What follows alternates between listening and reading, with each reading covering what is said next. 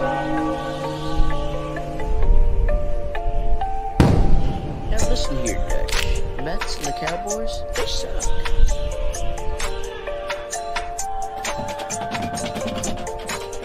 1, 2, 3, go Birds! Go Birds!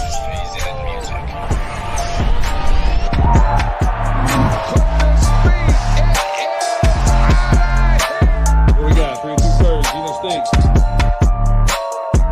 Go Birds.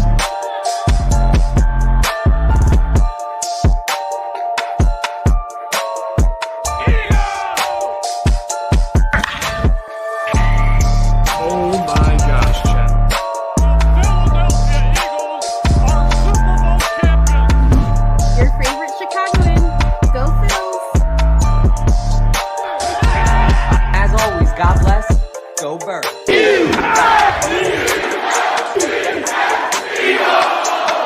Get your water ice and soft pretzels ready because you are now tuned into a 302 Birds podcast experience. Proudly presented by TickPick, Nick's Pizza, El Diablo Burritos, and Klondike Kate's on the heart of Main Street. Let's take it to the show. What's up, ladies and gentlemen? Welcome to another episode of 302 Birds. Hope everybody's having a great week. Want to take a quick second to show you guys the new shirt. If you can, go check out my guy Matrix from Exclusive Sports. Eagles, bitch. Sometimes simplicity is key. I'm just saying. But we got a jam-packed show for you guys. As always, got a ton of special guests. I'm actually going to call on one of them here in a second, Chris Nady, to see if I can get him on here for you guys. But I got Chaos Chris filling in tonight. I got Jack and Josh over there in that like home that they're. How are you two doing tonight? I mean, are you two like holding hands over there or anything special? You're muted there, sweetheart. I said holding more than just hands, buddy. Uh-oh. Anyway, like I said, guys, we got a jam-packed show for you guys. Got a ton to talk about. But first here on Jack's Weekly Call-ins, if you guys didn't see, Jason Kelce had a pretty badass golf tournament. It looked like a lot of fun. And coming to talk with us about it, we actually got one of the hecklers to come on with us, one of our good friends, bringing on for Jack's Weekly Call-ins. Want to introduce the Philly sports guy. What do I want when I'm in the state of Delaware? Of course, El Diablo Burritos. Customer service always is serving your food with a smile on their face, asking how your day is. Their food is phenomenal as well. Their burritos are out of this world, one of the best burritos in town. Their queso is phenomenal. Their burrito bowls are amazing as well. When you're in and around Delaware, stop by your local El Diablo Burritos and tell them that 302 Birds sent you. God bless. Go Birds. Like it said in there, if you're in and around Delaware, stop at your local El Diablo Burritos. Tonight we have a Philly legend, PSG. How you doing tonight, PSG? I'm doing great, guys. Thanks for having me. That's good. Nice to see you. Thank you for coming on. What do you have for us tonight?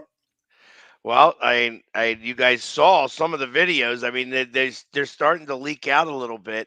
I'm interested to see what happens after they film the next podcast over there, the Kelce podcast, because ultimately, there was a lot of great content. That came out of there.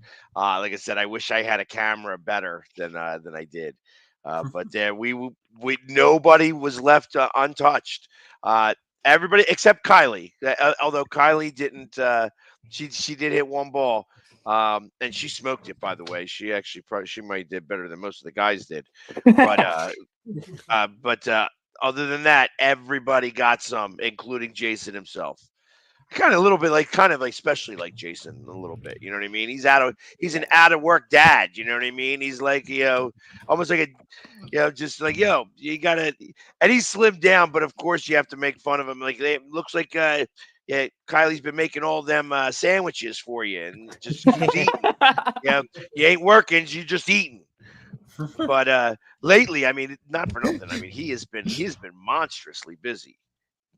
Oh my God, everywhere. Like I think I'm everywhere. He's everywhere. Like he seems to be everywhere. More popular now at the end of his career than he was, his prime, like from 2016 to 2020. Now he's probably the most popular he's ever been, especially with Travis dating Taylor. Like that's really skyrocketed him in his media career, and I'm glad to see it because he's such a good guy. Well, exactly, and like that was one of the questions I had to ask him. Like we all like he sat down with us. First off, he was so excited to have the hecklers there. Like as we got there, he stopped, came up, gave me a big hug. He's like, "Man, it's so good to see you again," and such like that. Like and just spent like 10 minutes with us before things even got started. And then like said hello to everybody. They kind of let us know what we were going to be doing. They set us up with the tent, 2 coolers full of garage beer and Surfside tea and water. And it was, and we went to town.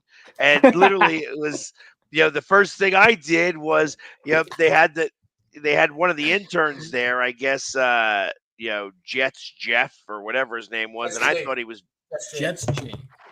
yeah, okay, whatever. And he's like, I'm like, "Oh, are you Brandon?" Because he kind of looks like Brandon, and I'm like, "Are you Brandon?" And he's like, "No, it's not me." I'm like, "Oh, damn, is he not going to be here?" He's like, "No, he's not going to be here." I was like, "Shit, I got some content for him too, man. I gotta bust his balls. His picks suck." And I was like, and they're like, hold on, let me get the phone out. And they get the phone, and he's like, okay, say that again. And I'm like, "What's up, Brandon? Philly sports guy here. And I just want to let you know, like, it's a shame you're not here because I put some content together for you because your pits suck ass." I said, "Have you even won one yet? I mean, it's like, it seems like all of your picks just lose. You're like a big mush, but not here, so you don't get any of this hazing. So go Birds." Yeah. You know what I mean? Big And shout. and that's how it started. That's how, like, that was like the first heckle to anybody. And it's like, well, we just set the bar. So Did you have a favorite heckle? Because I think it was so cool. Like you talked about a little bit before. You came prepared, man. But did you have a favorite heckle of yours? And did you have a favorite heckle of somebody else that you heard? see, my favorite heckle was, yelling at Jason. Like, so uh, they put us on the first tee. And if you've ever been to that course, and there's not many people who have, because it's a really private, exclusive course, it's very scenic. So the first tee box is up on a hill, and it overlooks the entire golf course. So when we were yelling, you could hear us over every part of the golf course. Like it was like they were telling us on the 14th tee box, like where you're like furthest away, they were still able to hear us. But so when Jason first came around, we were so like trying to just getting ourselves like our bearings and such. And then we did of course, the shotgun start specifically. But when he came back to the 10th and he did the turn, I was able to kind of yell down, and we were yelling down at him then. And that's when I yelled at him, "Hey, listen, Jason, maybe you should try missionary position. Maybe you'll get a boy." And it caught him off guard, similar to the way Dumpy caught Jaws off guard. Yeah, that was a good one. If you guys didn't get to see the video, go check out Dumpy's page. But I think he basically said, you're the third best quarterback, or definitely at least second. But it was He third, said I third think, best QB. quarterback. Now, now up in the tee box, the third best quarterback in Eagles history. And Jaws just like, shut the fuck up. You like caught them all off guard. And I'm like, yeah, and I'm like yelling behind him too. I'm like, with all those golf courses, do you even know how to golf? Now I have one more question, Pags. It was my favorite one, I think, when I saw Holden posted the video, and Holden's son, I guess, is in a baseball tournament, and he got Kelsey to put on the pads and give them like a pregame speech. Man, I was sitting at my desk at work doing paperwork, and I was like, let's go. Like, I was hyped. I mean, how awesome is that he takes the time out of his day to get to that level with people? He really is one of us. It's like he talking to him he sat down and talked to us all, and we were just kind of bullshitting and such. And I asked him, I'm like, how long did it take you to prepare your speech? And he's like, I thought about it. It took me about 3 days after, the third day. I was like kind of ready for it, but I didn't think I was going to be able to talk. I'm just a center. You know what I mean? It's just, and he keeps you.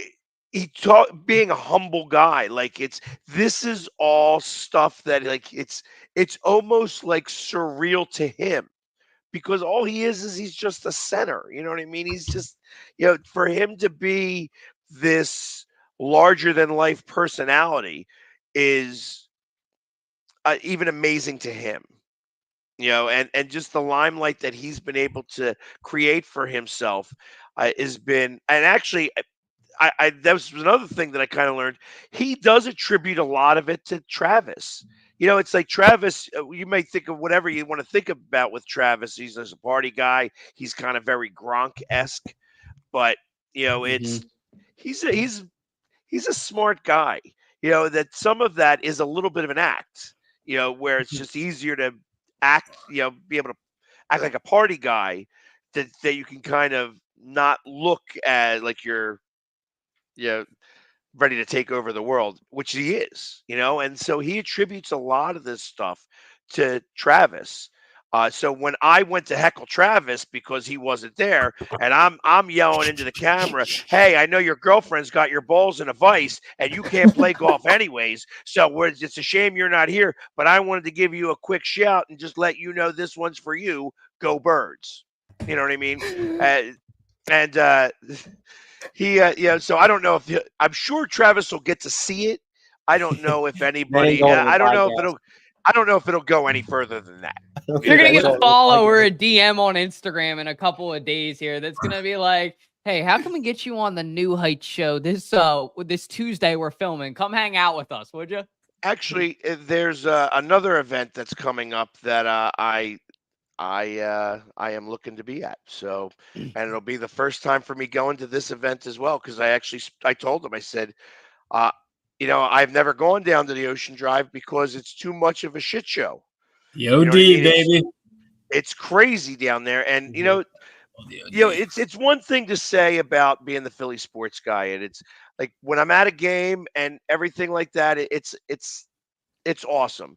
But what people don't see unless you're hanging with me is that it takes me an hour to leave a game, whether we win or lose, and people have cameras in my face. Imagine so after we have Tampa Bay, after we lose to Tampa Bay in the playoffs, I've got people coming to take pictures with me, and it's hard to put the smile on to just like, yeah, you know what I mean? It's just, yeah, but I do it because, hey, listen,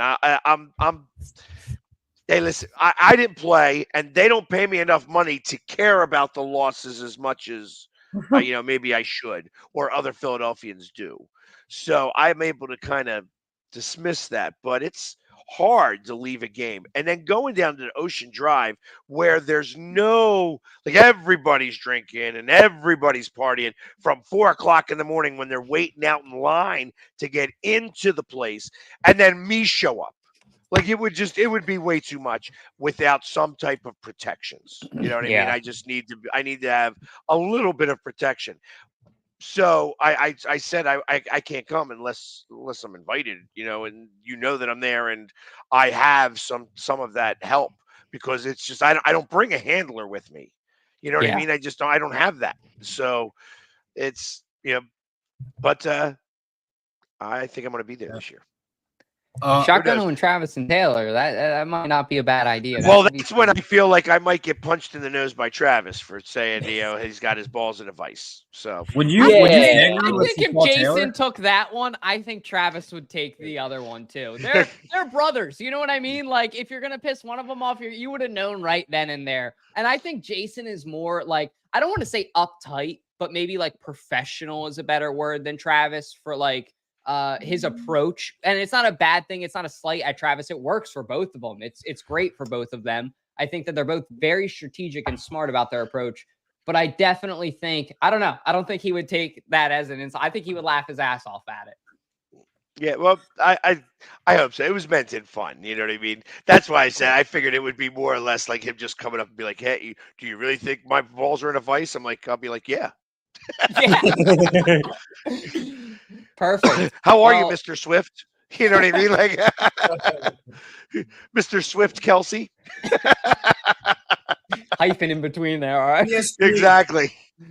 PSG, would you fangirl over Taylor Swift? No. No. You Is know there what? anyone you would fangirl over? So, it's funny that you ask that question because I thought of that myself. Like, who is it that would be beyond me? I, you know, I, you, it would have to be like getting caught by surprise. It was like, for instance, out in London, I'm sitting there, Chase Utley, I'm talking to somebody, and I don't see anybody coming up behind me. And Chase Utley comes up to me and he says, "Man, you look fucking amazing again." And then the next guy who comes up to me and says, "Man, I got to take a picture with you." And it's Rob McElhenney. And I'm like, I got to take a picture with you. And I'm fumbling for my phone. I don't ever fumble for my phone. But it's like, and now I'm like walking with him so I can take a picture. So, and it's just that little bit where I was like, it made me think, like, I was like, is that like a fangirl trait because I all of a sudden had to find my phone? I don't think so. It's not like, I mean, all these people put their pants on the same way I do. They're just, they were just better at what they do before I became good at what I do now. You know what I mean? And that's all that is. So it's like, I don't know that there's anybody who would catch me completely, be like, whoa, that's a little too much for me. So, but that's because, I mean, working at the Spectrum, working backstage at the Spectrum, when I was setting up dressing rooms, I would run into these acts all the time. Like I never knew that about you. Oh yeah, I worked at the Spectrum for a long time. How old were you? I started at 14. Damn. So, I mean, at 14 years old, I would be bussing tables. I was just a busboy, but it was a union gig.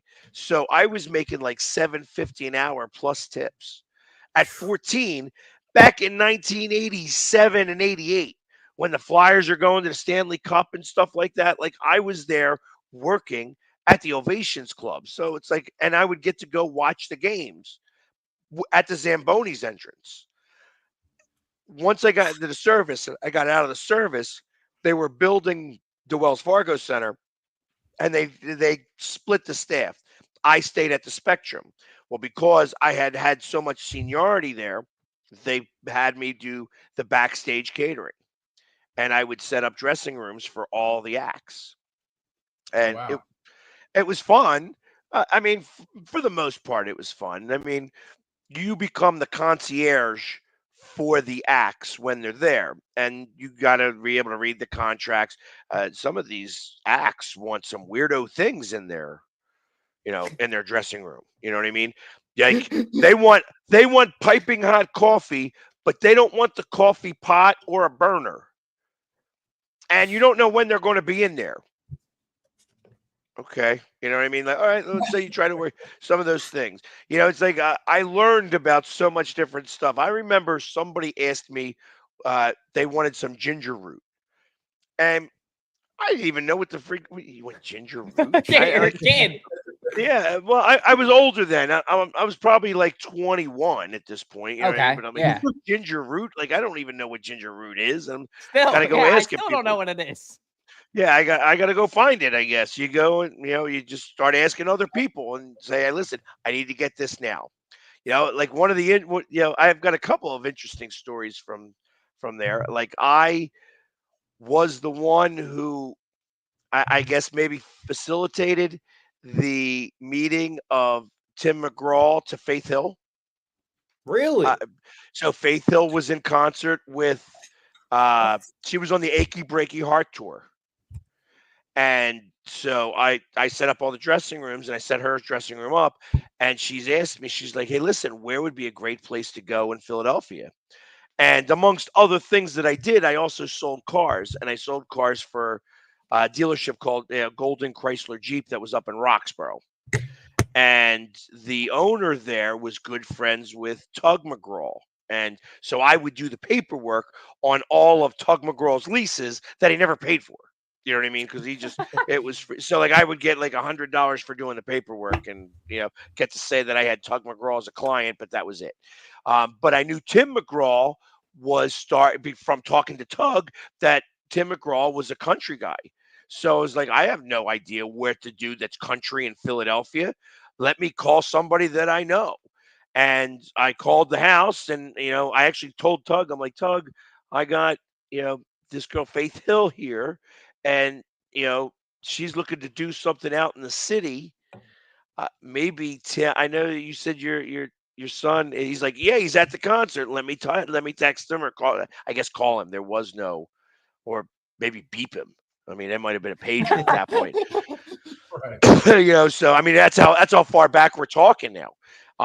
And they were able to meet up, and I think they got married, didn't they? Mm-hmm. They have like multiple daughters. Yeah. Yeah. And then on that same tour, it's like Billy Ray Cyrus, very interesting guy. He didn't like to eat alone. And because he didn't have anybody there, like everybody was still setting up or doing whatever, he asked me to sit with him while he was having dinner, just to kind of talk back and forth. And that's where we're talking about Miley and just like how, she's getting started and what he's doing and how he wanted to transition more to rock. Because, I mean, that's the Achy Breaky Heart. So that was kind of his transition to there. He never made that transition, but, he's saying how he was talking about that. And then at the end of the show, he brought back all of these autistic children and physically and mentally handicapped children, and spent like a few seconds of time with them. Like just with like there was one kid wheelchair bound, like, head kind of, here, you got to make it look, he's kind of looking up and whatever. And he literally started to sing Achy Breaky Heart to him. And the kid like couldn't snap his fingers, but he was trying to the beat. And it was just such a touching thing to kind of see, just somebody taking the time out of their time, because it's busy, you know what I mean, when you're doing that type of stuff, to spend those few moments. It really was like touching. So like those are like just a couple of small stories that I have from that, along with seeing, I got to drink from the Calder Cup. I got to, I got to put that over my head, and was in the dressing room when they won their first Calder Cup.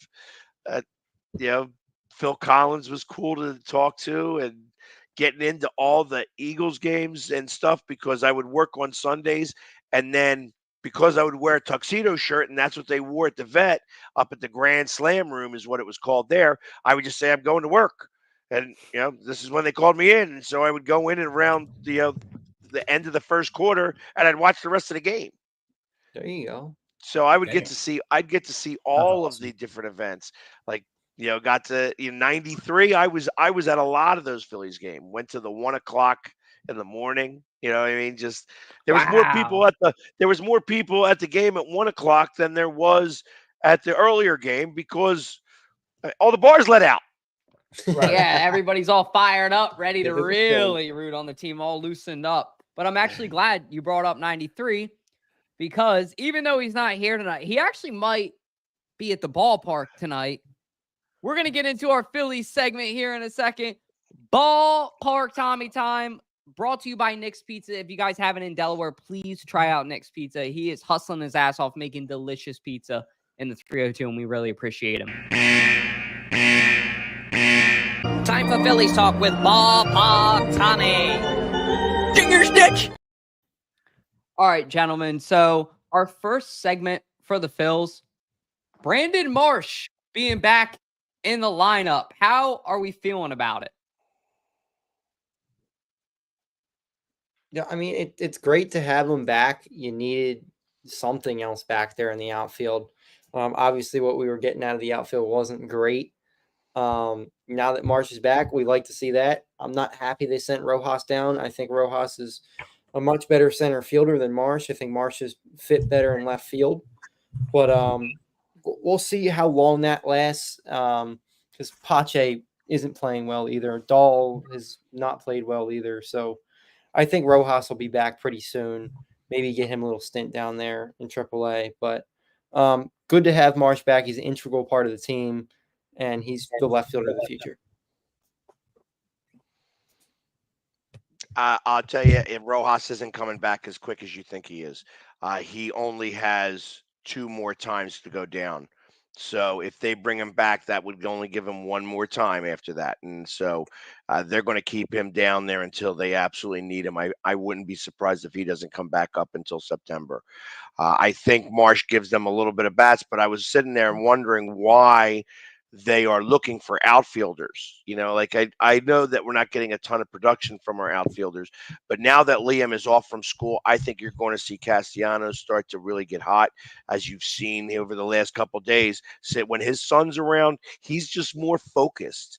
Yeah. And it seems so funny to think of it like that Liam would have that much of a thing, but I think that they are like best buds. You know what I mean? And I think that he's so in line and in tune on trying to set the right example for his son that it makes him more focused on the field.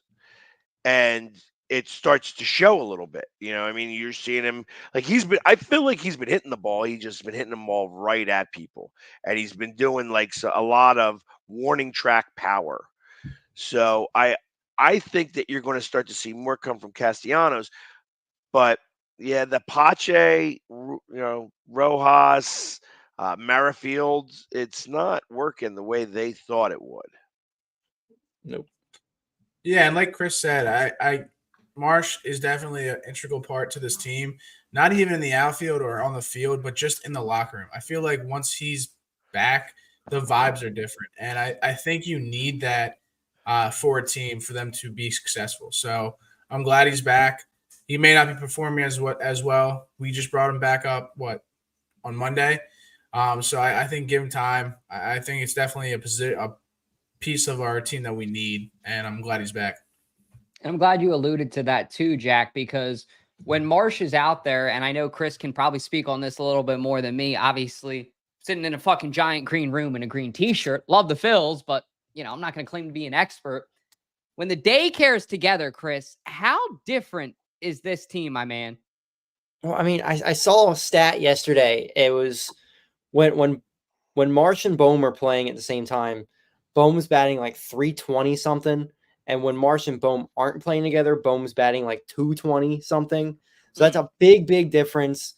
Alec Bohm has obviously been tremendous this year. And, we had a little bit of slump there while Marsh was gone. Looks like he's back again. He's still hitting well. So, I mean, the vibes from the daycare are really big. Even though they're not really daycare anymore. I think most of them are 25 to 27 at this point. So I don't know how long we can use that daycare anymore. It might be retirement home soon. But at some point, we're going to have to change that nickname to something else. And interestingly enough, Brandon or Stott, when I asked Stott, I asked him when I did the commercial with him about who was the funniest guy in the locker room. I kind of expected it to be Stubbs, and he said without a thought, he's like, Brandon Marsh. I'm like, really? I thought Stubbs would be it. Yeah, Stubbs is good. Marsh is the funniest. It's like, wow, all right. And I got that on video, but again, not paying attention. You only see me, you don't see him saying it. That could have been a great shirt.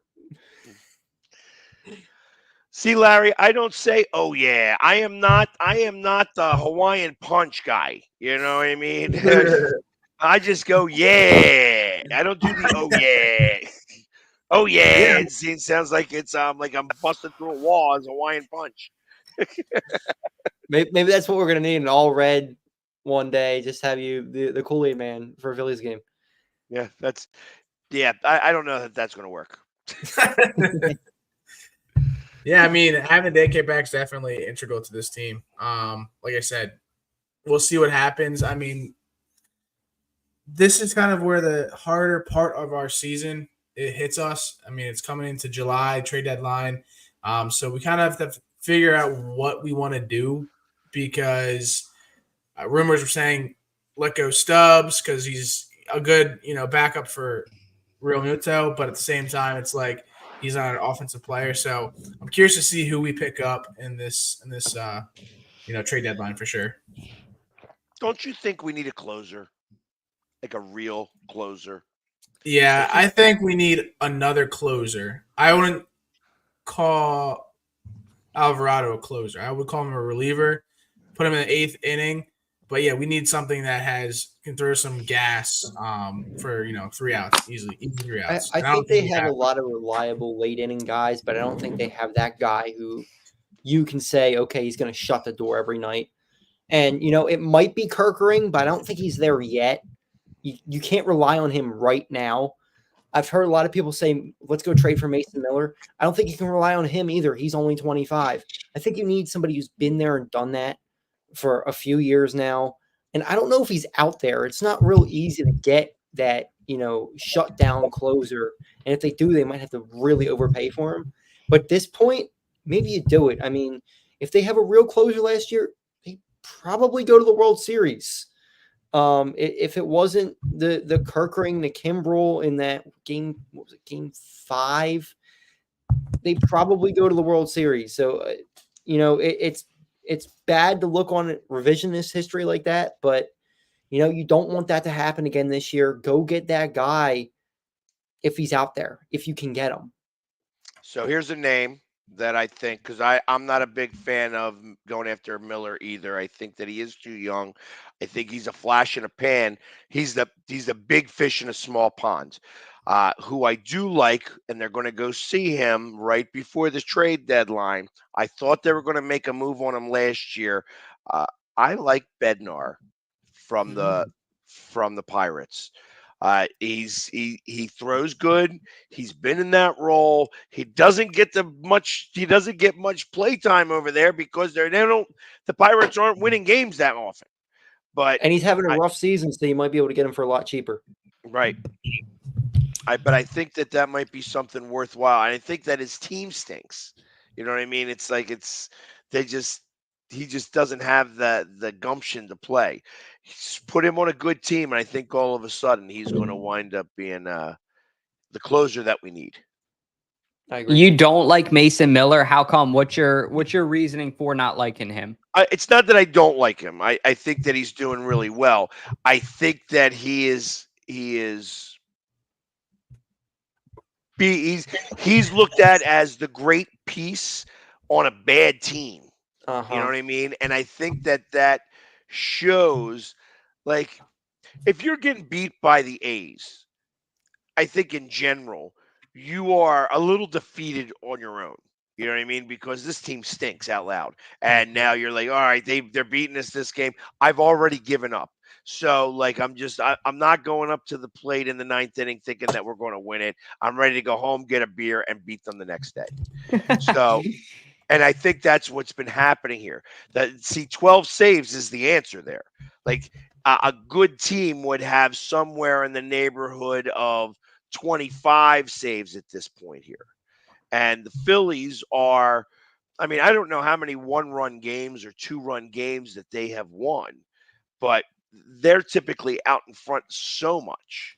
And the reason why our bullpen has been great is because we haven't needed them. You know, every pitcher is going 6 innings. There's no other rotation that has been doing what we've been doing with our starting guys that, that keeps our bullpen so fresh. Like Soto, I don't even know why he's here. There's people that love him, and I'm like, are you kidding me? Every time he goes out there, I feel like we're going to lose. Should have kept Matt Vierling. You and Ballpark Tommy would get along so well, Jamie. I know you guys have met, but you would love to hear him in the Phillies group chat and Shard because they both can't stand Soto. They have so many better options than Soto. That's what frustrates me is so many of these guys are pitching so well, and then you throw out Soto out there, and he just can't pitch. He just doesn't have it. And at some point, you just got to say, all right, maybe let's not throw this guy every single time when there's runners on base because he's terrible with runners on base. Throw somebody else out there. You got like 5 or 6 arms with under a 1.5 ERA right now. Use one of them. Yeah. Right. How are you feeling about Trey being back in the lineup, Chris? I mean, productive return?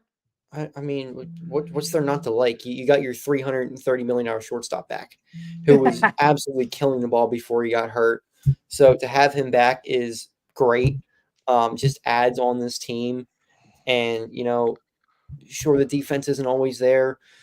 Sosa played really well for a couple weeks, but it's time to have your multi-million-dollar shortstop back, and hopefully performing at a very high level, protecting Bryce Harper or batting in front of Bryce Harper. Then you have Bone behind him. So it's awesome to have him back. Yeah. I think having somebody like Trey Turner back, not only in the lineup, but in the locker room, everybody loves Trey Turner on this team. Everybody's friends with him.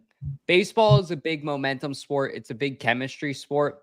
And I think what's different this year for our Phils is me and Chris were talking about it on the post-game show last night, but this team is not feeling like it's the same vibe last year, and not just, like party-wise, but they're getting out started winning these games earlier. They're getting a head start. They're doing what they need to, winning games, not just earlier in the game, but like as a whole earlier in the season. They're winning 2 out of 3, 3 out of 4 games. So having somebody back that, you can just throw into the lineup and is almost like, I don't want to say a wild card, but like a wild card for teams when they come back from injury. I don't want to say all these injuries are stacking up well for the Phillies, but it's almost throwing a lot of teams off of like, what am I going to get today with this team? I have no idea. Am I going to get Brandon Marsh? Am I going to get Trey Turner?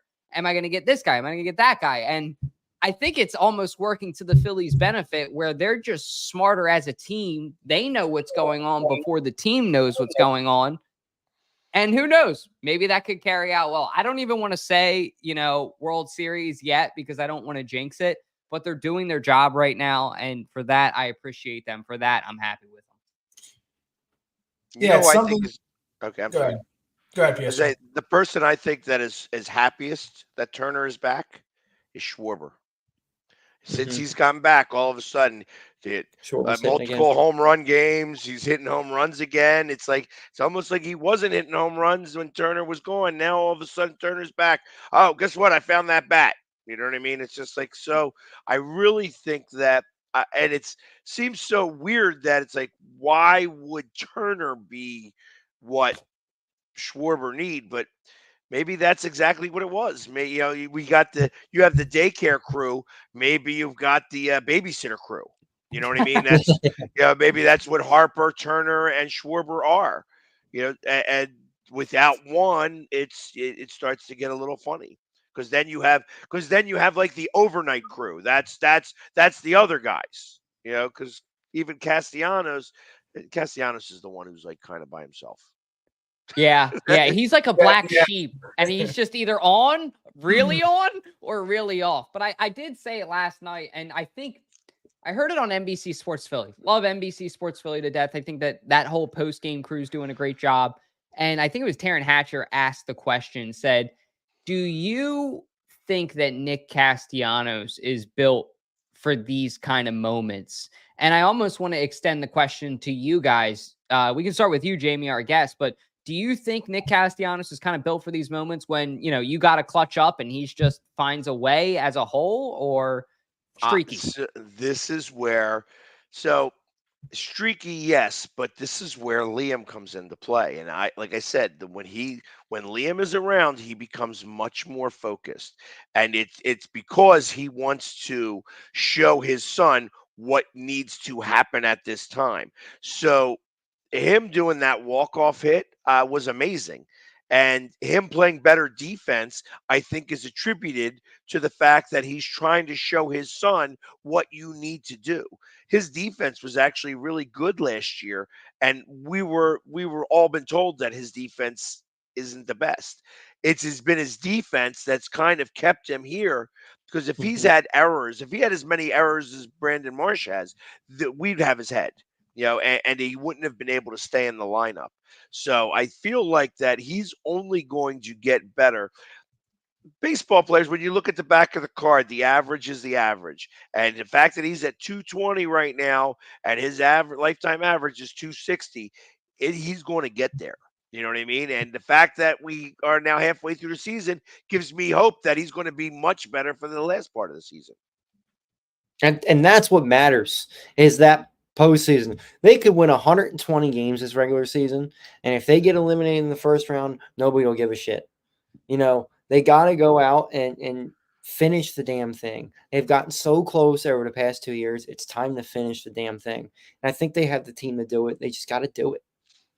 And how are you feeling, Chris, real quick, about JT being out? I mean, I think Jamie put it a little bit more respectful than the retirement home. I liked it, the night crew maybe, but JT's certainly a part of that crew. You know what I mean? How are you feeling about this impact of him still being out? I mean, it obviously sucks. He's such a big part of that, not just his bat, we know not just his defense, but how he is with the pitching staff. They all trust him. They've all pitched to him for a long time. It sucks to lose him. Obviously, there's a reason they gave him all that money. So to have him out for, hopefully it's only a month and a half, but who knows? Knees with catchers are rough. If it winds up being a lingering thing, then you got even more problems.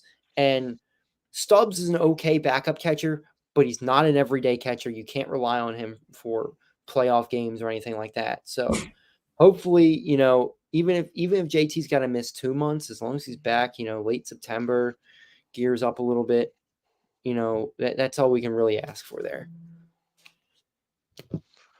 Well, I hope he's back sooner than 2 months because I feel like Marchand is been playing his way into being traded. That's that. I feel like that they keep Stubbs, and the reason why they keep Stubbs is because there is a lot of chemistry in the locker room that decisions get made because of that chemistry. The reason why Pache is on this team is because he is a locker room favorite, and so is Stubbs. And I feel like that chemistry supersedes what he does on the field sometimes. And that being said, I think Marchand's been playing great. It's just the fact that we can't have 3 catchers on the staff. You know what I mean? We're only going to be able to have 2. But if JT is going to be out for 2 months, then that means we're going to wind up having 3. And that's going to hurt us because he's going to be real good trade bait. Yeah, I think they've tried to trade Marchand a couple times too. So we'll see. Maybe they can deal him. Maybe they realize that Marchand should be the backup catcher. I know how the locker room loves Stubbs, but maybe at some point you just decide, all right, let's go with the guy who's a better player. But I don't know how that ranks in the clubhouse, whether they would respond well to that or not. I'm not sure. I'm not in the locker room every day. I'd get angry about that because I'm good friends with Stubbs' dad. Okay, I respect that. Yes, so I love Stubbs as a person. He's not a great baseball player right now. He's just you know what though, he does get his hits when he needs them. He has been able to get a couple of RBIs here and there. He's small. He's like your size, Chris. So is Marchand. He's Dalton size, even maybe smaller than that, man. He's really tiny. No, he ain't Dalton small. No, that's no shot. That's the guys that they had in the locker room that they would rub for good luck. How do I get that job? Can I get on the Phillies payroll so that they can bring me in? I don't know. I don't know. You're close to being able to be the bat boy. Hey, if you guys are hiring and that pays, getting to hang around the Phillies, I'm not complaining. It doesn't pay. You just get the privilege of being the bat boy. Well, I don't have volunteer time, unfortunately. Maybe a retirement job, I would do it, but that's down the road. But hey, before we get into our next segment here, I want to actually bring up a trivia question. And Jamie, you'll be able to participate with us tonight on Jack's weekly trivia. Jack, I will kick it to you. Time for everybody's favorite part of the show, 302 Trivia, with your host, Jack Dordan, the mayor of Delaware. Thank you to TickPick for that sponsorship. It is Philly season. Buy your tickets through TickPick. No fees at all. The leaderboard we have tonight is the fans are at 7. Matt's at 5. Who's that? Tommy. Tommy's at 8. The reigning champ. Dahl is at 5. Josh is at 1. Ash is the leader right now with 10. Sean's with 1, and then Decker's with 3. So we'll update that. At the R.I.P. show. Decker. Exactly. R.I.P. Miss that guy. We miss tonight's him. Tonight's question we have for you is, what was the longtime Phillies ace Steve Carlton's so-called out pitch? What was it? A curveball, B, a changeup, C, a slider, or D, fastball? And Again, don't answer yet. What was long-term Philly ace Steve Carlton's so-called out pitch? What pitch could he, get somebody out with? Was it a curveball, a changeup, a slider, or a fastball? We'll reveal the answer towards the end of the show. Jamie and Chris, if you guys don't have Jack's number, you can either put it in the private chat or text me, whatever's most convenient for you guys, and I can let him know. But thank you, Jack. I appreciate you for doing that. And like he said, it's Philly season. Please buy your tickets through TickPick. If you guys haven't, use the link in our bio. $10 off your first order, like $99 or something. Speaking of tickets, though, I'm buying them through TickPick. But what the hell? I know that tickets have been up, down, up, down. I get it at the season after a Super Bowl, it's expected. You know what I mean? You have that, you still got to ride the wave a little bit. I get it. They came out with this today. I'm not a beer drinker, so I don't notice this at Lincoln Financial Field. I'm used to just getting screwed on drinks.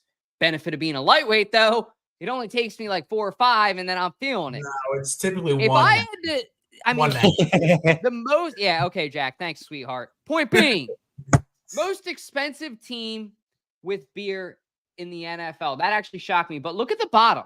This is what shocked me even more. If you guys can't see that on the graphic, it's the Detroit Lions, which I found fascinating, along with the Atlanta Falcons and Cincinnati Bengals, both being at under a $7 beer. Bengals, $6.59, and the Lions. How would you think about paying $6.25 for your team to be in the NFC Championship and pounding beers at that event? Was it in Detroit or was it in San Francisco? It was in San Francisco, right? Right. Yeah. I'm just saying, this year, Detroit's a good team. They definitely made a name for themselves this year. I was thinking about it today at work, just pounding beers at the NFC Championship. That may even be more convenient for me to switch from vodka lemonade to beer just financially. I mean, how are you guys feeling about this pricing surge? And I also want to bring our guest on the show from the Eagles Country Tailgate Wide Mafia podcast, Dennis. Did he really just botch my podcast? Yes. Why are you always complaining, man? You're always complaining. Jack, Maybe help not me bring out you here. back on the show or some shit. You always texting me complaining and shit. First off, shout out to Jamie, the Philly sports guy, because he came through at my first tailgate that we ever did last season. So thank you for that. I appreciate it. Glad to help. Having the most expensive beer in the NFL, again, it comes to be the same thing that we tell everybody. You want big name players. You want to be a playoff team every year. You got to pay for it somewhere. And unfortunately, we're paying for it with ticket prices and beer. Unfortunately, we have to pay for that bum Reed Blankenship's freaking contract with beer. Jamie, for some context, if you don't know, Dennis is not a fan of Reed Blankenship. He has a nickname for him being Blankenship. He just doesn't. He's not a fan of the way he tackles. But speaking about ticket prices too. I mean, the cheapest game right now I saw is the Command. I might actually buy tickets right now. Game is dirt cheap. Commanders, $154. That's not bad, all in fees. But some of these games, I was actually pleasantly surprised. I did want to give credit to TickPick. I didn't see anything in the 300s yet. When it gets to the 300s, that's when it gets out of hand. So if and there were a lot of games last year that got into the 400s. So the Falcons game section M12, I think I paid $1,100 or $1,200 for 3 tickets. Holy shit. And then I think for the Jaguars game, which I'm a strong believer that that's going to be a Kelly Green game because it's in prime time. I think I paid $700 for 2, and we're in section 111. Damn. Where'd you buy your tickets? Not TickPick. Check out TickPick, man. I mean, I looked at them today on my phone. TickPick was more expensive than Ticketmaster, bro. Maybe even check with the again. fees. I think you might. Well, yeah, I guess better seats. I'm also a nosebleeds guy. I go for if I'm in the stadium. I like I'm having a good experience in time. different spots, man. Like I like bouncing around. I don't want to just be in one spot every game. I'd kill to be by a Philly sports guy one game because he parties. I won't go party with him. Do I party? I don't actually drink. So the fact that we have the most not the expensive drinking beer- part. Yeah, he means the screaming part. Don't Just worry. the He doesn't energy. Yeah, I know. that. Just the energy you bring, my friend. Just the That's energy part of my you bring. rules. That's part of my rules. I don't curse. I don't sit down. I don't shut up. I don't drink either because for Can't afford personal to. reasons. But We can't afford to. Well, now I after can't spending all that afford money to, on yeah. tickets, you can't afford to. But Yeah, I mean, what are your thoughts on the whole thing, Jamie? I mean, most expensive beer in the NFL, is that almost, I kind of take that as just shameful thing. I'm not proud of that. I look at that as that they have it so expensive so that people drink less. That's that's the a good purpose idea. of that. Yeah, that pays for. You say to pay for the players. It ain't paying for the players. It's really just to try to dissuade people from drinking at the link. So that's why they have it so high up there. And I think we're highest by what, like a full quarter, like 25 cents almost. It's ridiculous. The next one is it's $13.75, and it's both LA teams, and then the Eagles are $14.67. Yeah, like so it's almost $1 more. Yeah. Yeah, but I think that's also you're getting like a 28-ounce beer. So I don't know that it's calling it the same. Like it might be more expensive, but you are getting a bigger beer. I get what you're saying. It's not like it's not a baby beer. It's not a can. You know what I mean? I get what you're saying. That little Bud Light bottle is not what you're getting. You're getting like usually a 24-ounce beer. I mean, the dude that walks around with the cooler, how big a can are we thinking? I mean, they ain't cheap and them things ain't small either. But the whole thing about a pamper a player, that it's a rib. It's me kidding around. But you're right. I mean, we do enough drinking in the parking lot, tailgating. Of course, I would want them to tone it down in the stadium too, just to make sure stuff doesn't get out of hand. I mean, look what happened last year at the I want to say it was the Dallas game or the 49ers game. The chick punched the security dude in the face. Like, I mean, so we do have a reputation for being a rowdy bunch if we're drunk. So I can go kind of with what Jamie's saying, make it higher. Hopefully they won't drink as much. I think it's one of those things too that Jamie alludes to earlier. The Eagles are not a team that you need to be hammered to watch, and that's a beautiful thing. It's not like you're watching the Cleveland Browns or the Detroit Lions for a long time there and I don't mean that as a slight. The Lions are a great team now. Lions fans that do drink at the game benefit off of that beer as much as you want. But for a long time, the Lions weren't a good team. So having lower beer prices incentivizes people to come to your games, stuff like that. So I get that. I don't know, though. It's just, it does deter a lot of people. I've seen in the NFC, I love the NFC East trash talking group, but I hate it at the same time. I have a love-hate relationship with it.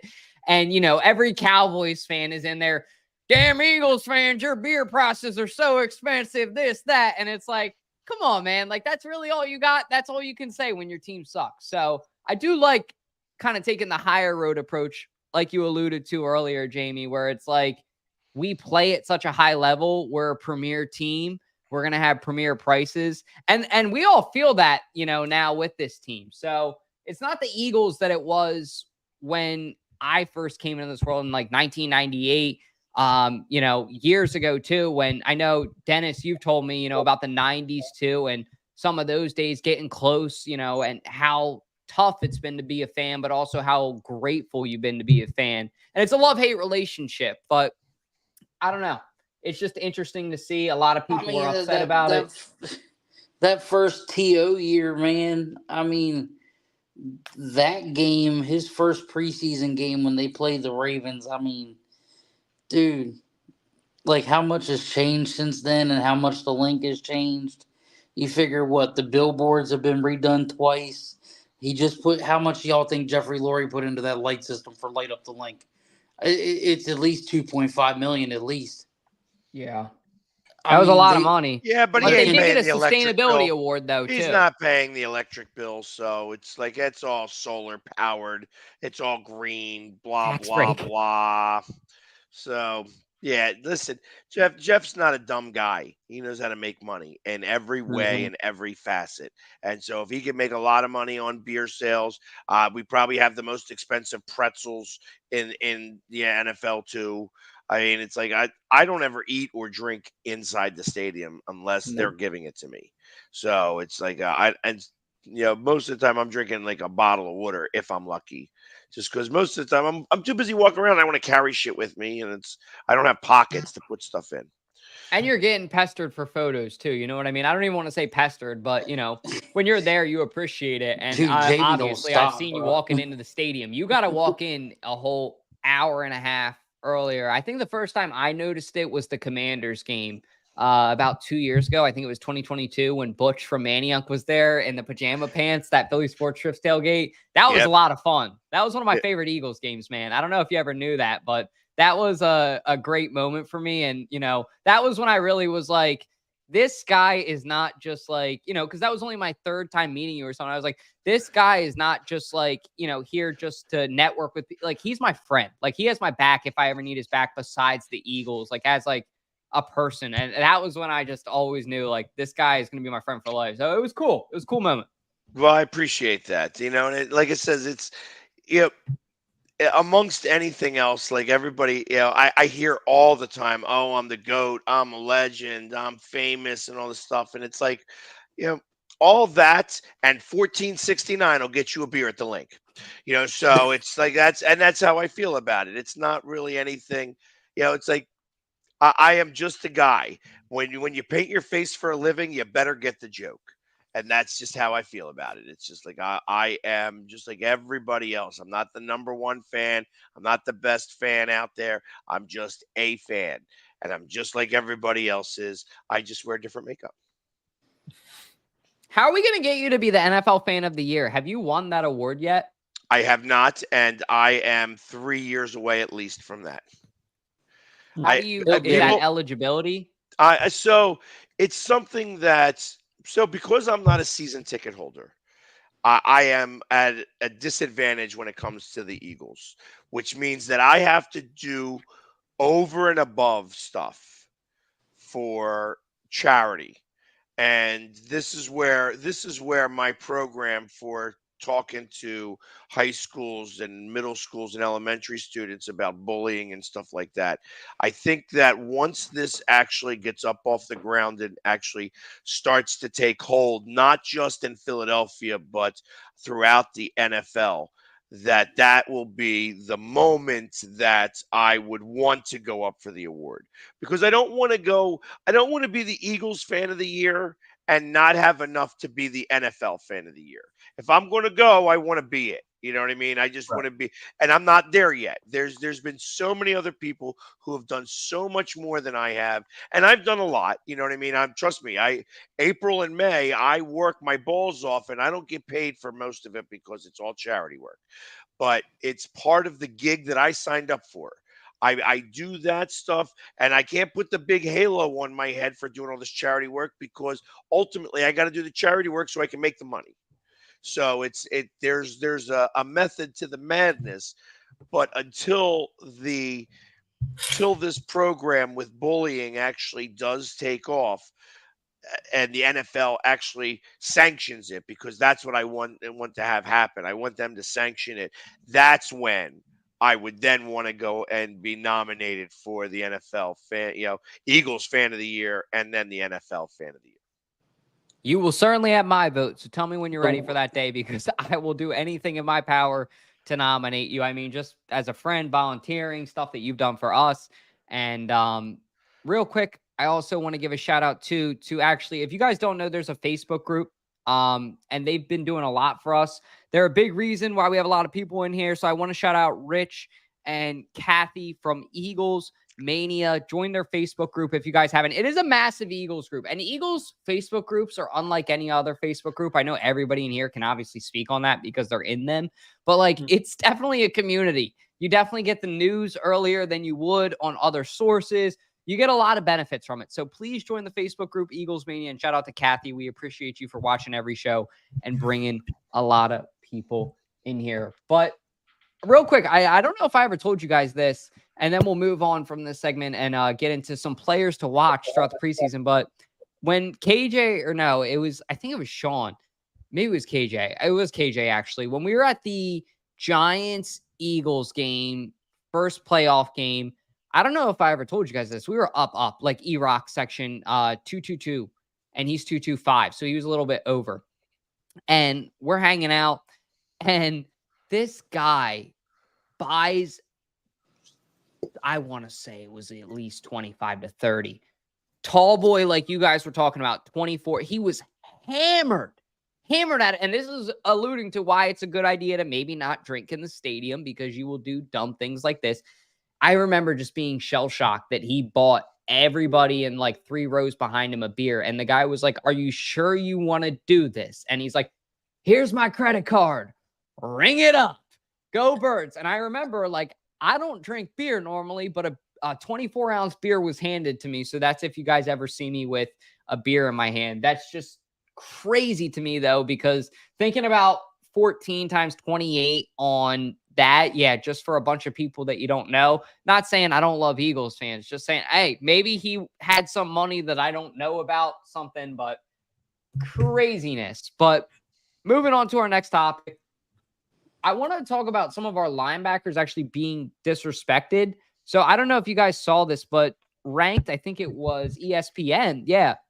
They had us ranked 30 in the NFL. At first, I actually kind of like it. I like the disrespect. Go ahead and give it to us. We embrace it. We love it.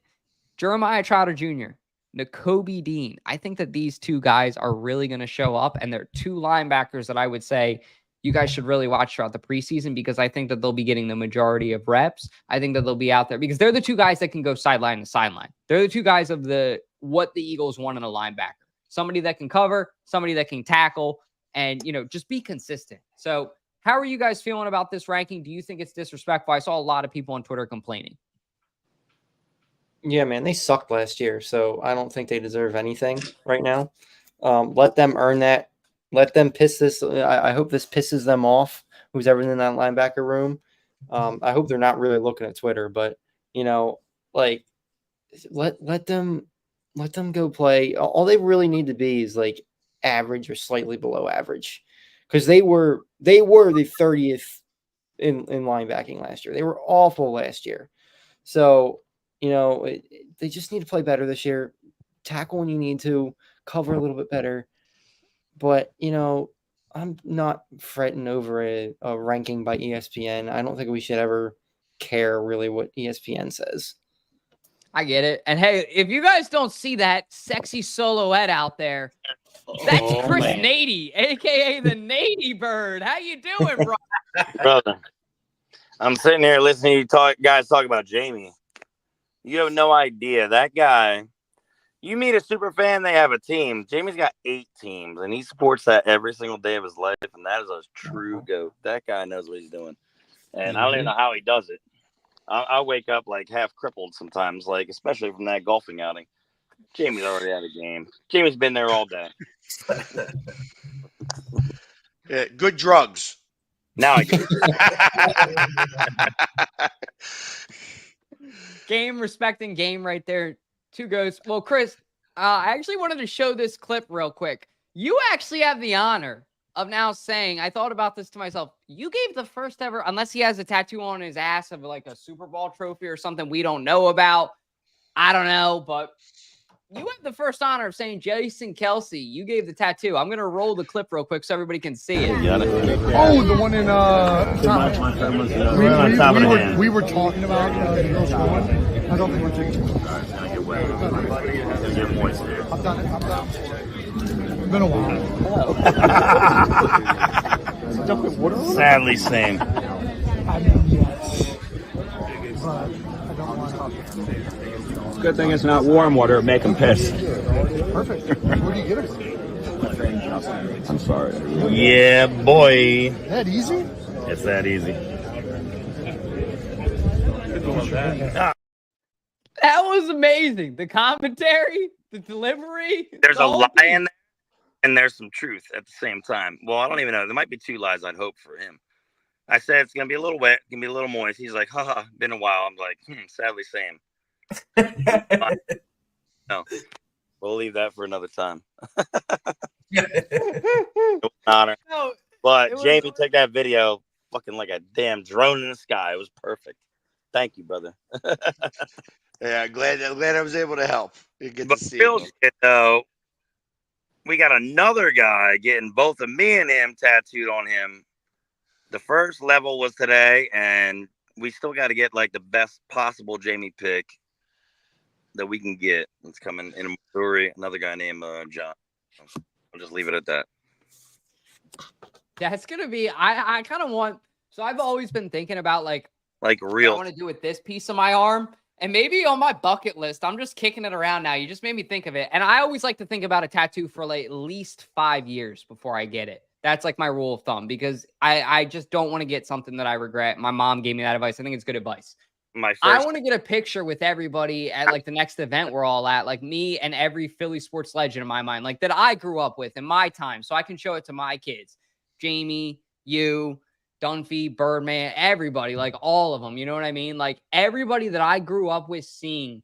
And I might actually have the pick from the event last year thinking about it. I might get that. But I've always thought about what to do here. And I was always going to do like the Eagles word mark or something. But that would be so much more like sentimental to me because it's cool like generationally. And I want to talk with Jamie about that like for a second too. Like, what are you nodding your head for? What's up? Because whatever you're going to get right there, it's going to be too small for anybody to see. Hey, You guys- in all seriousness, Jamie, I'm glad you did bring that up because I thought about that when I went to this guy. And I said, dude, you got about 2 inches to work with. Like, what are you going to put in here? Like a pea and a carrot? Like, come on. And I went to this dude in Delaware. Shout out to the Lab Tattoo. As you guys can see, he fit a lot of shit in there. So I think if I gave him a canvas, he might be able to work with it. I hope. He's got a little bit of Hulk Hogan. He's got the 7-inch biceps. You know what I mean? Say your prayers and eat your vitamins, brother. Shit. Come on, brother. Oh, my God. Say your prayers and eat your vitamins, brother. I tell you, I will say this about getting a tattoo of somebody's face on your body. Be sure you want to do it. You know what I mean? It's like it's an honor, I guess, to get my friends face. for life. I get what you're saying. It's a marriage at that point, man. Yeah, I mean, it's like as somebody with a tattoo that can be regretted. Trust Which me. one you talking about? The one I think you're talking about? Go ahead and show them. The one that I brought up? What, the Power Ranger tattoo on my back? No, not that one. The cowboy. When I questioned that Look, one, man, that was all right. Look, let's get to the point. Okay, I live in Virginia. I live on a 7-mile long island where we have wild horses. I'm in a fire company with proof right there. We call ourselves saltwater cowboys because we ride horses to round them up. Therefore, I have that on my arm. So I have just covered. show the right arm or the left arm. Just show that. I get it when you showed it to me, but show them the right arm so that they can get my context of what I was thinking. Again, it's right there. You guys see what I was thinking the first time I saw just cowboy? Still trying to see the other part, but I didn't. Saltwater. Oh. He's a shore guy. Cowboy Yeah, anyway, I don't know. Yeah. But that is a beautiful chain right there. Jesus. And wait, did you get it fixed? Because I saw Brandon Graham broke it too. No, they're just you can extend them in the snap. Yeah, it's good. I know because I've snapped a teed off couple with of it. He was mine. Jaws wore it. Kelsey wore it. Well, his wife did. Kylie did. Yep. And Nady, I asked Jamie, I want to extend the question to you too. Did you have a favorite haggle of yours and a favorite haggle of somebody else's? So, kindly we were sitting there with was it oh man. See, now I have all the other tight ends. I was calling his Clay Harbor. Clay Harbor. Clay Harbor. Clay Harbor. Clay Harbor. That's his name. I've been trying to figure out that son of a bitch was jacked as a mo. Oh, Trey Burton. No, never mind. He didn't throw a touchdown, but we were kind of busting her balls all day, and she had a good time, and that was kind of fun. They were there with us all day, and they saw all the shenanigans, and it was kind of funny. See, at the end of the day, Clay Harbor didn't beat my ass, basically. Is what You gotta respect it too. Like when they can take the insult like Jaws did. That was like 1.5 seconds. That was crazy. Yeah, I thought you guys did a great job, and I just want to salute you guys again. Thanks for representing the birds well. I won't, beat a dead horse. I know I've talked about it enough, but you guys did a good job. All ya. Everybody that was there, Maniac Malloy, you guys, Dunphy, Sean. I didn't know the name of the lady in the green tennis dress, but she was awesome, and she had great energy. So I got to find out who she is because she was hilarious, and I really liked her content. Megan. I think that was it. Yeah. So Megan, I think Rochelle on Facebook. You'll find her on her. She's on the video. She was hilarious. You guys were all cracking me up. And of course, Rick, shout out to Santa Claus. The Santa knows that Dallas sucks. But moving along here to our last topic. Unless does anybody have anything else that they want to say about that before we move on?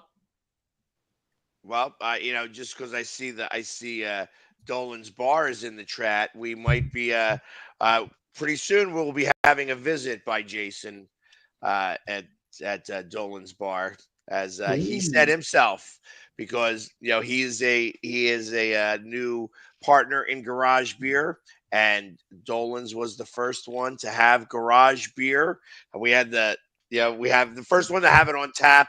And, so now I think that means that we should have a New Heights episode here at Dolan's Bar. I agree with that. PJ's a visionary for that. He saw that all the way through, man. That's good vision. I tell you, it's funny how that all even occurred, because he texted me and he goes, "How was it?"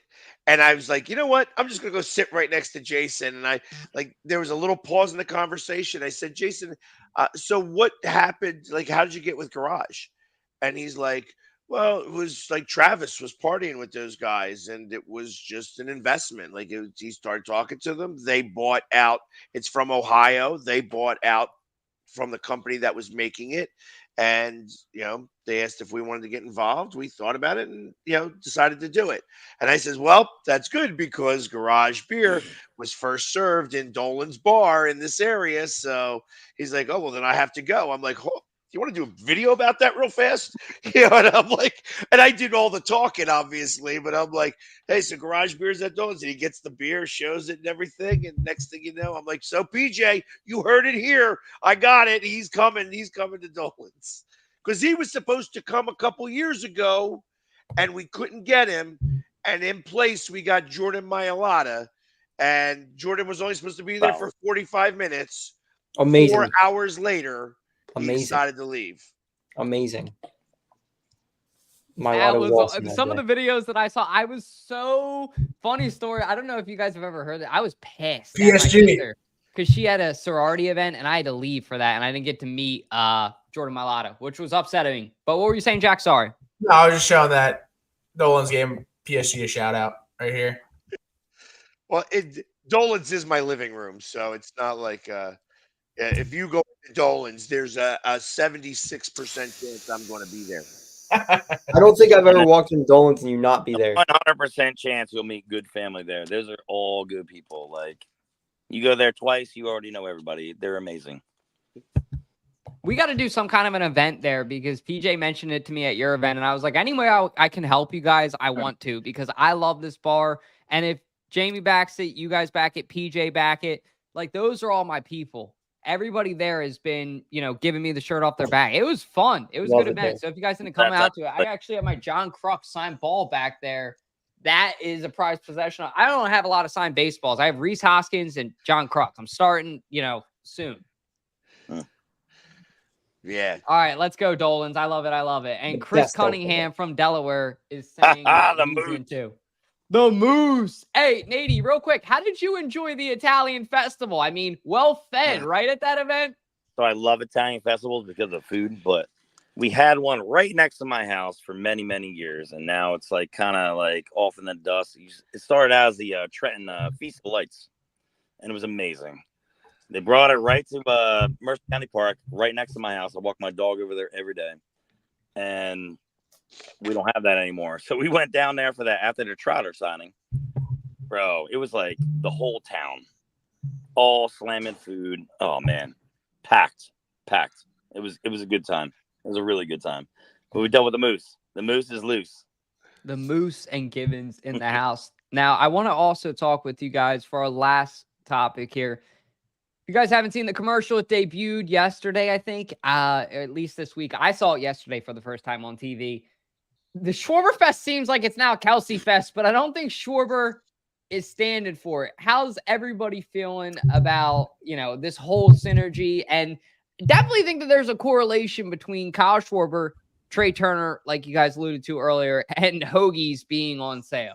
Just saying. So it's funny you say that because I was at Wawa today and I got the Kylie today, and it was amazing. It was really good. It's like a honey roasted turkey sub with onions, pickles, all. I think it's really good.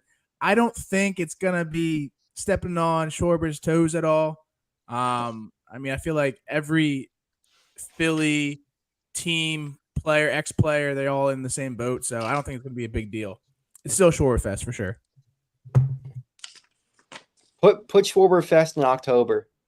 Let them really dominate in October. That's where we need them the most. We can have Kelsey Fest right now, Schwarberfest October. Let them hit all the Schwarber bombs possible.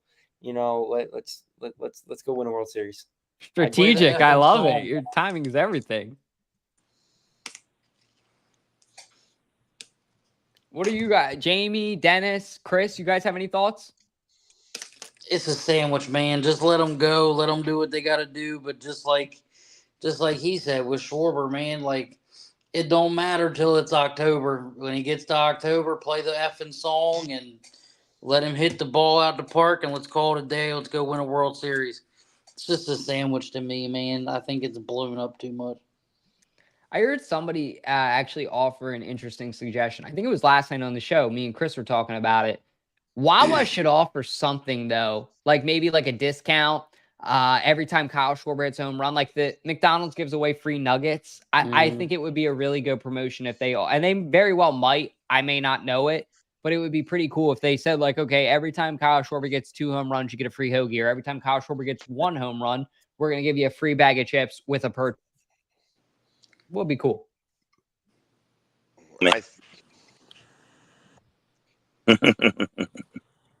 Yeah, I don't know. I don't think you need to do anything like that. It's Wawa. You know what I mean? Wawa. They're printing money over there. So yeah. I don't know that it's again. I kind of agree a little bit with it's a sandwich. Who cares if it's Kylie's favorite sandwich going there at Wawa? Then awesome. That's great. You know what I mean? Call it after Kylie, but don't make it. Don't put it on there and then have it disappear. Just keep it on there till you decide not to make it anymore. You know what I mean? It's just like. I love the turkey bowls. I'd love for them to have it on there all the time, but they only bring it around Thanksgiving. You know what I mean? Every time I like something from Wawa, they take it away from me. I agree. You like the cobbler coffee too, Jamie, from there? I don't drink coffee at all. I don't drink really? coffee at all. No. Never have any tea or anything in the morning or anything like that, or just regular water? I mean, so in the wintertime, I'll drink tea or hot chocolate. And especially like in late September, October, November, I have to start drinking tea with honey to be able to like help my throat a little bit. But because it's like 2 years ago, October and November, my voice changed forever. Like I have a deeper voice now because my voice was strained so much. People ask me, have I ever lost my voice? And even during that time, I didn't lose my voice. But it was definitely strained a lot, and because of it, I now. When the birds suck, we strain our voice more. yelling at our own team. Trust me, I have the same problem. Oh. Yeah, very relatable. I feel But that's all we got for you guys tonight besides Jack's trivia, unless anybody else has to say about that topic. I know it's just a sandwich, but fun to talk about. I do want to try the Kylie because banana pepper, turkey, cheese. Not a fan of the wheat. Might have to take Jason on that. I saw he was a white guy, but hey, to each their own. But moving along to our last topic. If you guys haven't, please put your answers in the chat or feel free to shoot me a text for the trivia. Time for everybody's favorite part of the show, 302 Trivia, with your host, Jack Dorden, the mayor of Delaware. Thank you, TickPick, for that sponsorship. Like I said, it's Philly season. Buy your tickets through TickPick. Tonight's question we have for you is, what was the longtime Philly ace Steve Carlton's so-called out pitch? A, curveball, B, changeup, C, slider, or D, fastball? Again, what was the longtime Philly ace Steve Carlton's so-called out pitch? A, curveball, B, changeup, or C, slider, or D, fastball? And tonight's answer is C, slider. Bullshit. It's not bullshit. I'll give you a little history. I got it right, by the way, but it's a changeup. Pitch was known for the sharp break movement, making it difficult for batters to make solid contact.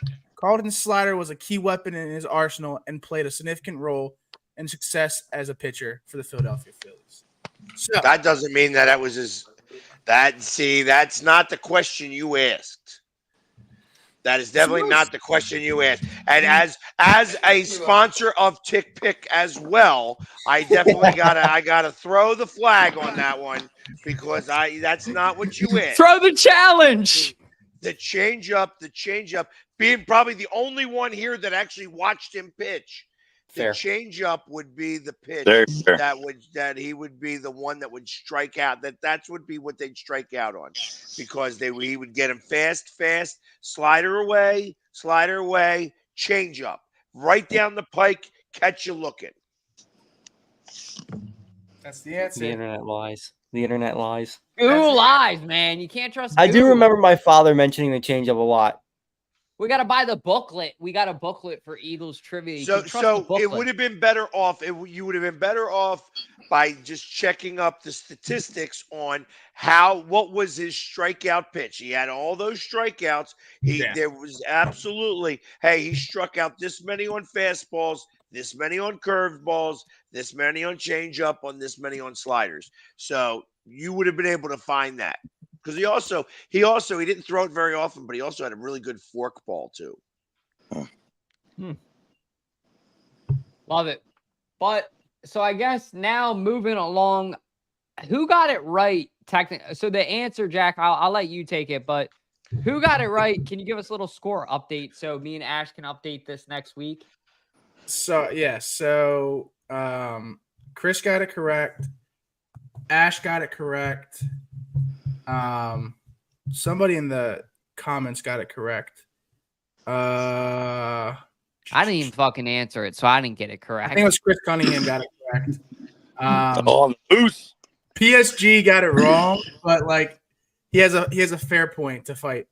So I'll give him a half point. I think it's a bad question. We have had our fair share of them throughout the trivia segment, but that's what makes it trivia. It seems to be more, how do you put it, subjective than factual.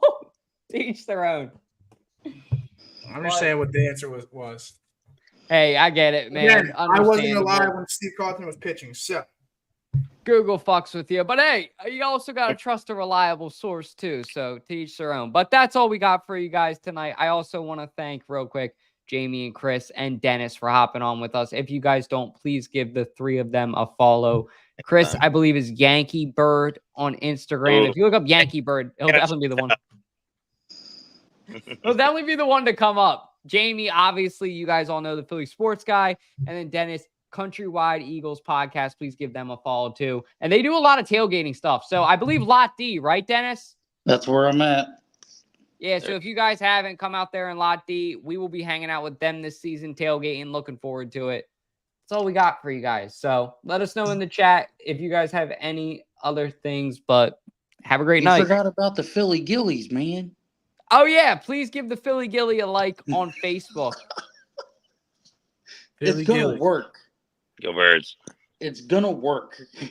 Stay tuned for that. We're going to have a guy in a ghillie suit at the game this year. If it's green, I mean, it works. But Jackson, go ahead and take us out of here. Yeah, thank you for everyone who stayed on tonight. Appreciate PSG, Dennis, and Nady for coming on for tonight's episode. Without further ado, hey, Josh, it's an outro, not an intro. Hit that motherfucking outro.